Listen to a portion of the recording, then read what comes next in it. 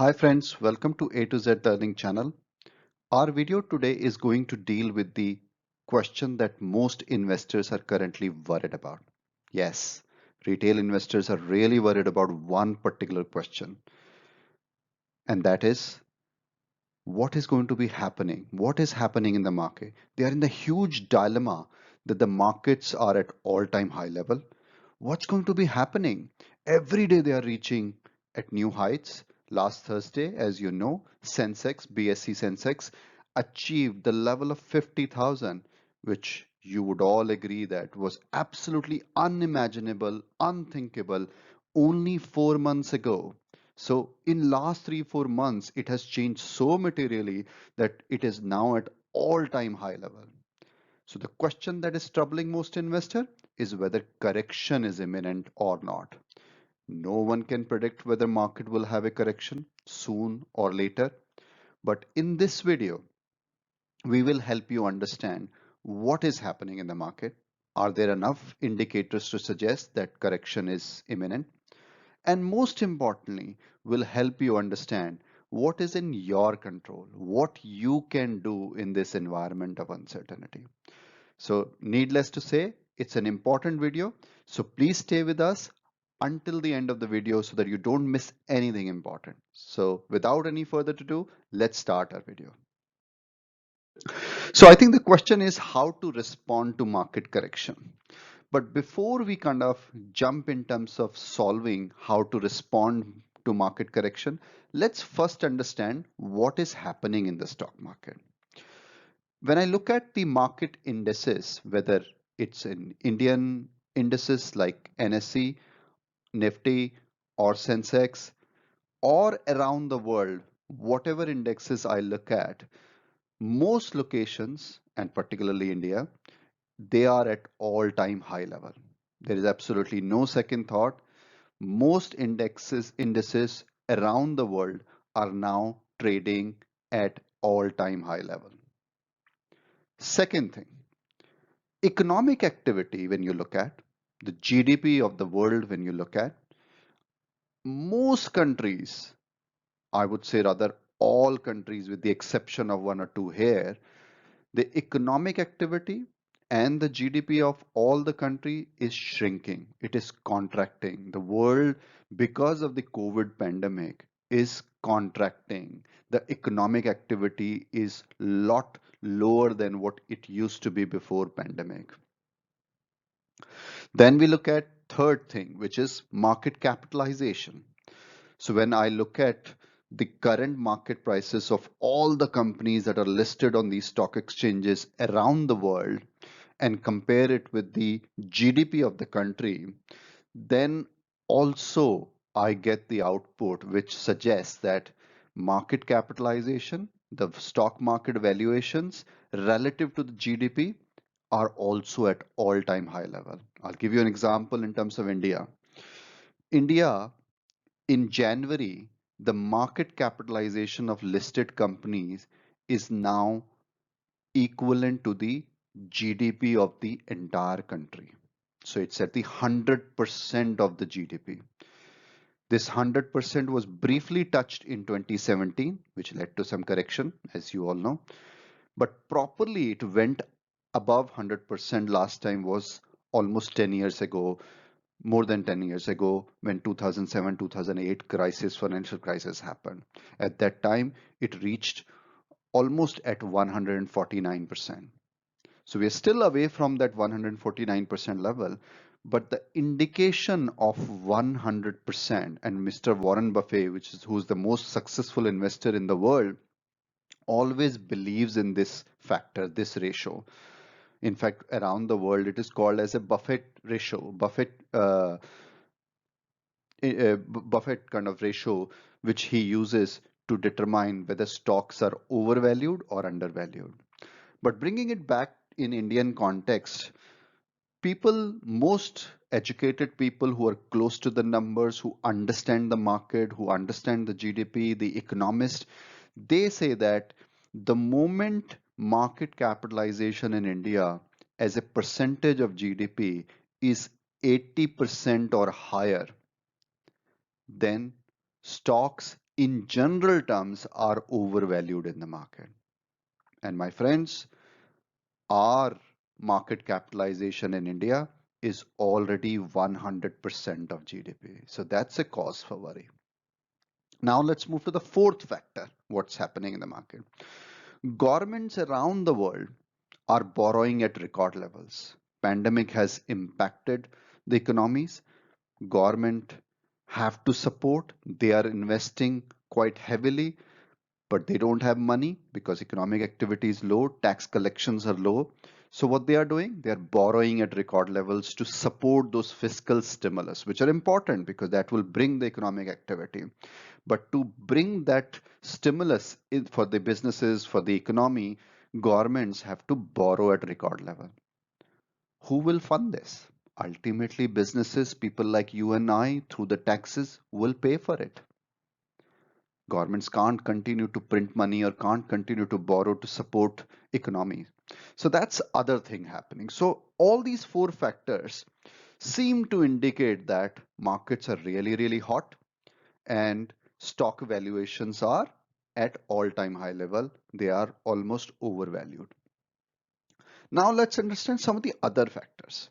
Liquidity in the market is fully pumped by central banks because if they don't pump the liquidity in the market, the risk is that the countries could fall into depression. Means nobody is doing any economic activity. Everybody's trying to kind of save the money that they have. Means nobody's buying things. Therefore, nobody is able to sell things. So that is even far more dangerous than things are inflated, things are overvalued.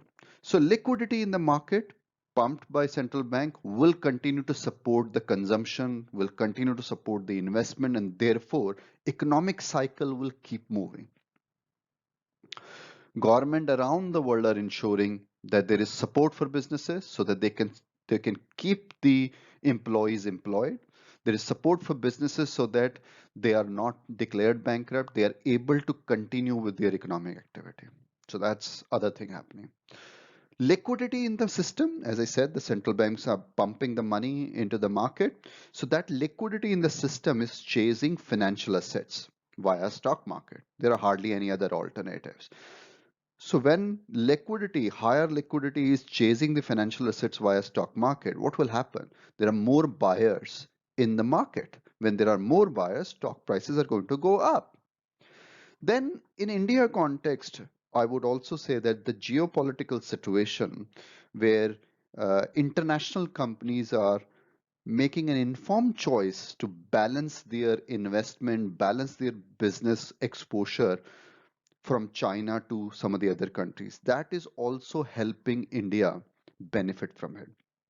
Fund managers around the world are required to follow the US guidelines, European guidelines, and therefore their ability to continue to stay invested in some of the companies that are China based are becoming difficult. Therefore, that money is also chasing companies in India. And that's also fueling the stock prices to some extent. So when you look at these two things, both seem to suggest that there's a lot of money there in the market, and that money has got very limited options to do investment anywhere else but the stock market.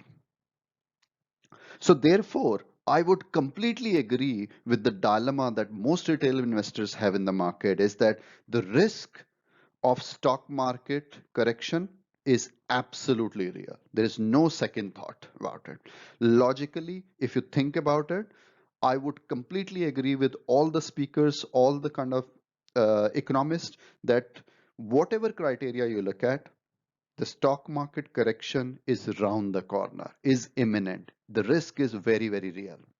But no one, neither me nor central bank governor or any government or any operator in the stock market can predict when that correction will happen. So, what is in your hand? What can you do in this environment of uncertainty? I think let's talk about that. That's the most important thing for us to kind of understand. Because we can understand all the logic, we can understand all the kind of things that are happening in the market, but there's absolutely no person in the world who can predict with surety that yes, market correction will happen on coming Monday or next month or next week or next year or whatever. Nobody can do that. Therefore, the most important thing is you should protect yourself. You should do what is in your control. So let's talk about that. What can be done? I think the first of all, let's go back to the basics of stock market investment. First of all, you must stick with the quality companies. You must stick with the companies that have got clean management. This is not the time to get greedy. This is not the time to be adventurous. This is not the time to be taking risky investments. Stick to the quality companies with clean management. Even if the return is low, that's okay, because they will give you, they'll protect your principal, they'll protect your investment amount. They may not give you the better return, but they will not consume your investment amount. They'll give you your investment amount safety. The second most important thing that you can do is that invest in the companies where valuation is still not all-time high. So first of all, think about the good quality companies with clean management. Then look at within that gamut of companies, which are the companies which are still not at all-time high level. I'll give you an example. I'm not at all suggesting that listening to this name, you just straight away tomorrow kind of write a check and make this investment. No, not at all. This is not an investment advice. I'm simply using this as an example to make the point that if you search like an eagle, you'll be able to find some good companies where you can invest the money, even in the current market when the stock markets are at all-time high level. So the example that I'm going to give you, the SBI. SBI is a very good quality company. It has got clean management. It has got huge portfolio, and it has got exposure to Indian economy. Indian economy will bounce back. We're all talking about V-shaped recovery. So SBI as a company will benefit from it. And most importantly, SBI is still not at its all-time high level. It has not reached the level which it saw before COVID crisis. So there is still kind of upside value left in that stock. So therefore, that that's the sort of companies you should look at. But as I said, I'm using this as an example to make the point that if you really search hard, do the research, you'll be able to find good quality companies. You'll be able to find companies which have got very, very clean, dedicated, committed management team, and they are still kind of trading at a price which offers you some upside. So invest in this. So these are the things that are in your control, and you must take charge of these things and make investment decisions accordingly. I'm hoping that this explanation, which is a fast-paced kind of explanation, has been helpful for you. If you have any questions or suggestions on our video, the content that I've shared with you, please let us know via the comments. If you really like this video, then please press the like button. And also, if you really like this video, I would urge you to please share this with your friends. And if you've not subscribed our channel as yet, I would urge you guys to please subscribe our channel, become part of our viewers community, and help us also pick up the topic that are of your interest. We always make our videos based on the suggestions that come from our viewer family. So if you become part of our viewer family, you'll be able to you'll be able to help us decide which topics to pick up for our future video. So thank you so much for watching our video. All the best for your investment decisions.